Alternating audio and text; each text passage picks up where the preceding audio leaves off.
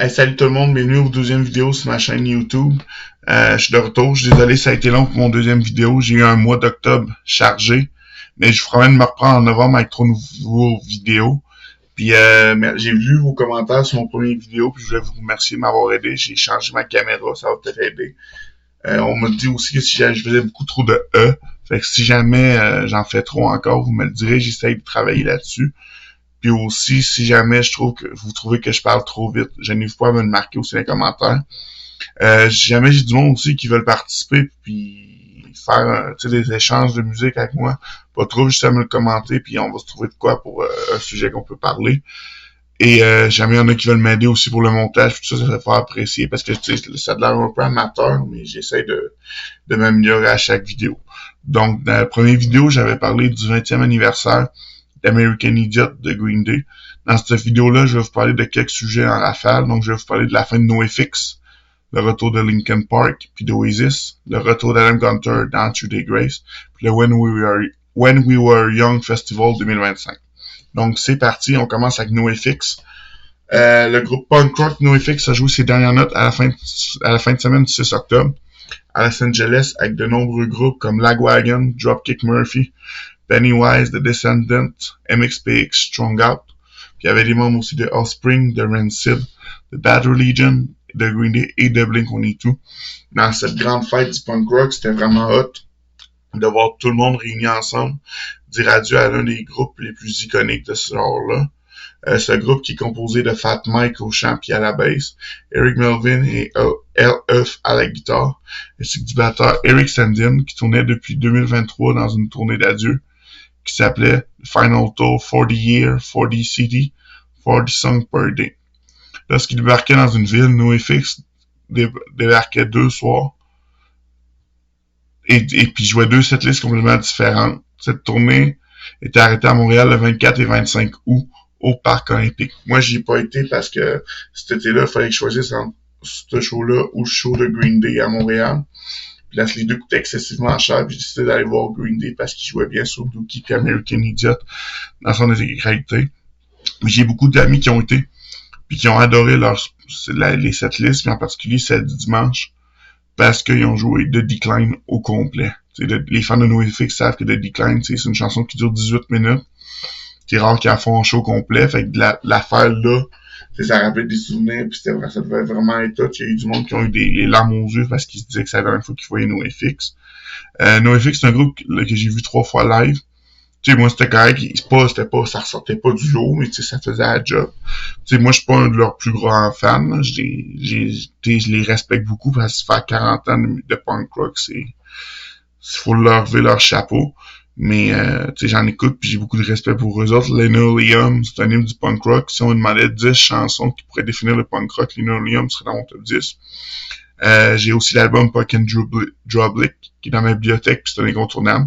J'aime beaucoup aussi les chansons Don't Call Me White, Sticking in My Eyes, Bob, Murder the Government, Separation to Church and Skate, Kill All the White Men. Leur reprise de Champs-Élysées qu'à chaque fois qu'ils faisaient un show au Québec, ils la faisaient. Et bien sûr, The Decline. Bon. Maintenant, ce que je pense de cette retraite-là. Parce que, pourquoi je dis ça? C'est parce que il y a eu beaucoup de groupes ces dernières années qui ont annoncé qu'ils faisaient une tournée d'adieu. Black Sabbath, Kiss, Motley Crue, Slayer, puis qui disaient c'est notre tournée d'adieu. Après ça, c'est terminé. Même Motley Crue poussait ça plus loin en signant un contrat disant qu'ils ne retourneraient plus ensemble puis que si quelqu'un dérogeait de ça, il allait avoir une amende puis ainsi de suite. Puis là, finalement, ce qu'on apprend, c'est qu'ils font des tournées, puis finalement, c'est pas une tournée d'adieu. Kiss, avant la pandémie, a annoncé une tournée d'adieu. En venant à la pandémie, celle-là, c'est vraiment notre tournée d'adieu. Slayer qui recommence à jouer cet été. Puis Motley Crue qui déchire le contrat, puis qui a vu que The Dirt marchait, fait qu'ils ont dit, on a un public pour les jeunes. On est capable de refaire une tournée, je veux que ça va marcher. Fait que je pense pas que NoFX va faire ça, puis Fat Mike a été très clair en entrevue. Puis je le cite, ce n'est pas une tournée finale comme Motley Crue ou Black Sabbath. Ce sont les tout derniers spectacles que NoFX jouera. Nous allons jouer de tout notre cœur, avec toute notre joie. Et puis nous avons terminé, nous avons fini. J'ai envie de le croire parce qu'en plus dans cette tournée-là, Fat Mike demandait un peu plus d'argent parce qu'il voulait être capable de faire vivre les 4 gars puis qu'ils soient plus capables de stresser là-dessus. Donc, moi, je pense que c'est vraiment fini. La chose qui reste d'être le plus plausible, c'est que les quatre vont continuer à faire des projets, puis ils vont jouer une coupe de tunes de NoFX avec leur groupe. Mais je pense que c'est la seule manière qu'on va entendre du NoFX live, parce que je pense pas qu'ils vont revenir ensemble, ou s'ils reviennent, ça va être un show de temps en temps, mais plus de grosses tournées comme ils ont fait. Ensuite, on commence notre deuxième sujet. Le 5 septembre, le groupe Linkin Park a annoncé leur grand retour après 7 ans d'absence. Ils ont annoncé un nouvel album, From Zero, qui va sortir le 15 novembre, soit vendredi. Ils ont annoncé une tournée de 6 shows, plus d'autres shows plus tard. Ils ont également dévoilé leur nouvelle chanson, The Emptiness Machine. Ils ont surtout montré leur nouvel alignement, plus particulièrement leur nouvelle chanteuse, Emily Armstrong, du groupe Dead Sarah. 2 membres originaux ont également décidé de ne pas revenir, soit Rob Bourdon à la batterie, puis Brad Delson qui était à la guitare, mais qui va rester pour le côté studio et les enregistrements, mais qui veut plus faire de tournée. Il y a beaucoup de critiques qui sont sorties sur la chanteuse en raison de son rapport avec la scientologie et son amitié avec Danny Masterson. On se rappelle, la scientologie, c'est une science qui ne croit pas au suicide et à la dépression, donc ça va un petit peu contre ce qui était Chester Bennington. Le gars à Chester a beaucoup été contre la décision de prendre Emily Armstrong. Et Danny Masterson, ceux qui savent pas l'histoire, c'est le gars de That 70 Show puis de The Ranch, qui a été accusé pour agression sexuelle puis des attouchements dans le mouvement MeToo, qui a été accusé à 30 ans de prison. Emily Armstrong s'est dissocié non seulement de la scientologie, il a dit que c'est ses parents qui l'avaient mis là-dedans puis quand il était plus jeune. Mais elle a dit que Danny Masterson il avait pas parlé depuis un bon moment puis qu'elle supportait les victimes. Il y a beaucoup de fans qui ont dit que ça détruirait l'héritage de Linkin Park, qui n'aurait pas dû revenir. Mon opinion là-dessus, c'est sûr que Linkin Park sera plus jamais pareil sans Chester Bennington. Il faudrait vraiment vivre dans le déni pour dire le contraire. Donc, tu sais, de le remplacer, ça doit tout être un processus de trouver la personne idéale. Puis, tu sais, ça a pris 7 ans, je répète, là. C'est pas comme s'il avait fait ça 2 ans plus tard. Là, ça aurait été peut-être un peu plus controversé. Ça a pris 7 ans. Fait que pour qu'ils reviennent, c'est parce qu'ils croient en elle, puis qu'elle croit que c'est elle la meilleure personne pour remplacer Chester. Puis je suis content qu'elle ait pris une fille, parce qu'il avait pris un gars, là, il y a encore eu plus de comparaisons avec Chester, les mimiques, la voix, puis tout ça. Tandis qu'avec une fille, ben, tu peux repartir. Tu peux garder, ça sera pas Chester, mais tu peux essayer de nouvelles choses. Puis on va voir ce que ça va donner. C'est sûr que les premiers shows live, que ce qu'ils ont donné, j'ai fait le saut. Il y a quelques tunes classiques, elle avait un petit peu de la misère. Comme One Step Closer, Faint, Given Up, mais plus que ça allait, j'ai revu une autre live après. Je trouvais qu'il y avait une amélioration. Puis Given Up, elle pourra pas screamer comme Chester le faisait, mais elle a trouvé une manière de l'adapter à sa façon.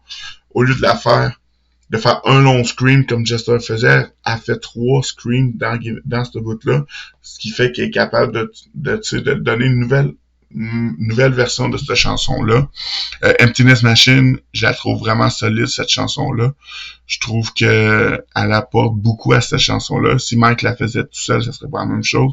Puis la dernière chanson, ben c'est plus le nouveau Linkin Park avec Emily, qu'il faut s'adapter. Il y en aura pas, ça sera pas tous des gros hits, là, l'album de Linkin Park. Il va avoir des chansons différentes.